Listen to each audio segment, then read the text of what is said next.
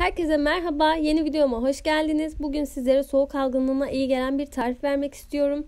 1 çay kaşığı zencefil, 2 yemek kaşığı dut pekmezi, 1 yemek kaşığı limon. Birlikte yapalım şimdi. Şöyle limonu sıkıyorum. İçine çekirdeğinin kaçmamasına dikkat edelim. Boğazınıza kaçabilir.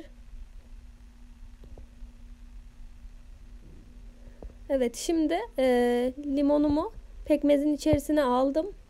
Ardından zencefili de döktüm. Ve güzelce karıştırdım. Karışımı iyice karıştırıyorum.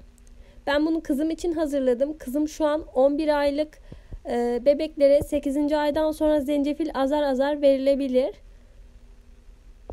Bu şekilde kendiniz de tüketebilirsiniz.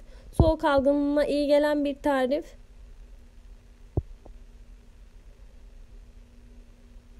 Herkese iyi günler diliyorum.